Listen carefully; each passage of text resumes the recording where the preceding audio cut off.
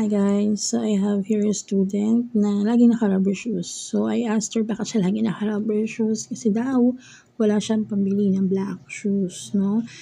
Yung iba niyang classmates, ayan, as you can see, naka-black shoes na. That's why I decided to buy her a new black shoes para naman kahit paano makatulong tayo sa ating estudyante. Goodbye, grade 11! Goodbye, Ma'am Daisy.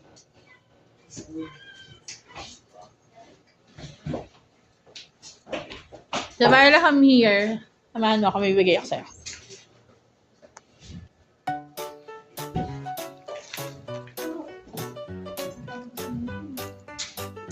Papakulti ako.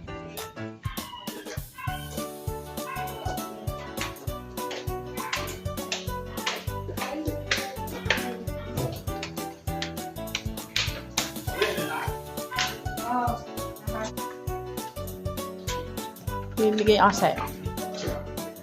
Ma'am, check this po. Ating yung pinto. Try mo to.